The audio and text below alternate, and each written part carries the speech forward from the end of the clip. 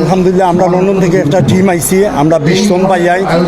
আর আজকে 63টা কাপলের বিয়ার majority normally একজন বাদ্যা I think সবও এতিম বড় কোনো। So one of our main this has become আমরা একটা মেইন প্রজেক্ট আর কি। আমরা উদ্দেশ্যটা হইল গিয়া টাকা পয়সার অভাবে আমরা ভাই বই লাইক আর কি অমিল থাকতা না। আমরা চেষ্টা করি আর কি আমরা দুদিন একটু সাহায্য করতে পারি, সহযোগিতা করতাম পারি, আর আমরাও তারার পাশে কিনা দাঁড়াইতাম পারি আর কি। তো আমরা উদ্দেশ্য প্রজেক্টের নামের ভিতরে ওই সপ্তাহ ইউনাইটিং সোল, দুইটা সোলকে একসাথে করার জন্য আর কি আমরা যতক্ষণ পারি সহযোগিতা করতে আমরা চেষ্টা করি।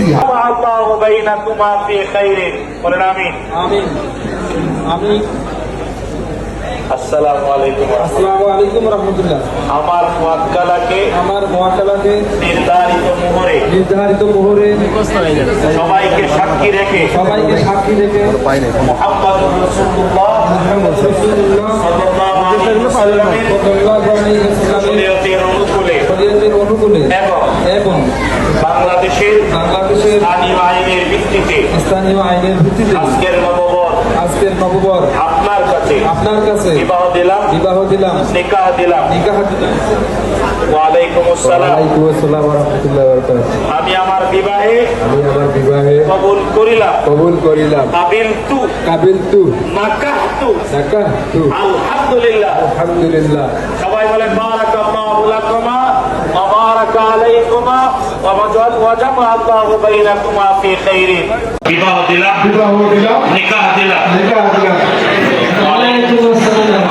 আমরা সবাই সাক্ষী, আল্লাহ কবুল করুন। বলেন আমি। মোহর এটা হলো ফরজ। আল্লাহ তাআলা কোরআন আল কারীমে নামাজ ফরজ করেছেন, ফরজ শব্দ বলেননি, বলেছেন আকিমুস সালাহ। রোজা ফরজ করেছেন, ফরজ শব্দ বলেননি, বলেছেন কুতিবা আলাইকুমুস সিয়াম। হজ ফরজ করেছেন, ফরজ শব্দ বলেন নাই, বলেছেন আতিমুল হাজ্জা ওয়াল উমরাতা লিল্লাহ। কিন্তু আজকের নববররা যারা বিবাহ এই নতুন দাম্পত্য জীবনে আবদ্ধ হবে, নতুন জীবনের যাত্রা করবে, তাদের জন্য ফরজ শব্দ দিয়ে আল্লাহ তাআলা মোহরের কথা বলেছেন।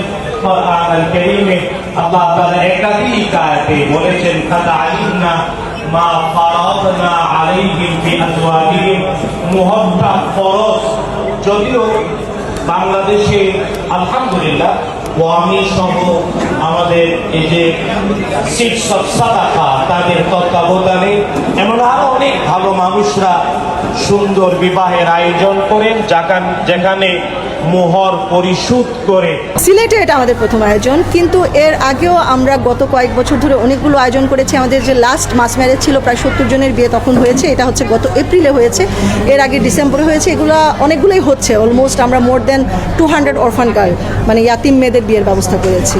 একটা মেয়ের বা একটা ছেলের যখন বাবা থাকে না তার জীবনটা কিন্তু অনেক কঠিন হয়ে যায়, মা থাকে না তখন আরও ডিজাস্টার হয়ে যায়, অন্যের উপর তারা প্রতিপালিত হয়। তো এ ধরনের বিয়ে হয়তো তারা চিন্তাও করে না। সেই ক্ষেত্রে আমরা তাদেরকে একটি সম্মানজনকভাবে যাতে একটা বিয়ের আয়োজন করা যায়, তারা যাতে নিজেদেরকে একদম অসহায় বা তারা যাতে এটা মনে করে না যে আমার জন্মটাই একটা ভুল ছিল। এখানে অনেক মেয়ে আছে যারা এরকম কথা বলেছে, আমরা যখন তাদেরকে দেখতে গিয়েছি। তো এই ফিলিংসটা থেকে তাদেরকে বের করে আনা যে না, তারাও ইম্পর্টেন্ট, তারাও মানুষ, তাদেরও অধিকার আছে, তারাও সুন্দরভাবে একটি বিয়ের সাক্ষী হতে পারে। এই থেকেই আসলে আমাদের এটা শুরু। একটা বিয়ের জন্য তাদের যাতে কোনো খরচ না হয় সেই ব্যবস্থা আমরা করেছি। যারা দূর থেকে এসেছেন অথবা কাছ থেকে এসেছেন সবার ট্রান্সপোর্টেশন, যেমন তাদের বরকনের সাথে তাদের ফ্যামিলি মেম্বার 10 জন, তাদের আসা যাওয়া, এখানে হোটেলে থাকা খাওয়া সব কিছু সিক্স অফ সাদাকার অর্থায়নে হচ্ছে। একটি নবদম্পতির জন্য যেসব জিনিস প্রয়োজন হয় তার ঘর সাজানোর জন্য বা ঘর শুরু করার জন্য মোটামুটি সব কিছুই এখানে আছে। একটি খাট দেওয়া হয়, খাটের সাথে একটি আলমারি দেওয়া হয়, খাটের সাথে আনুষাঙ্গিক যেসব তোষক, বালিশ, বিছানা চাদর, ব্ল্যাঙ্কেট এগুলো তো আছেই, সেই সাথে কিচেনের সামগ্রী, একটি ছোট ডিনার সেট, বালতি, হাঁড়ি, পাতিল যা লাগে সেগুলো এখানে আসলে আমরা এখানে নামগুলোও লিখে রেখেছি।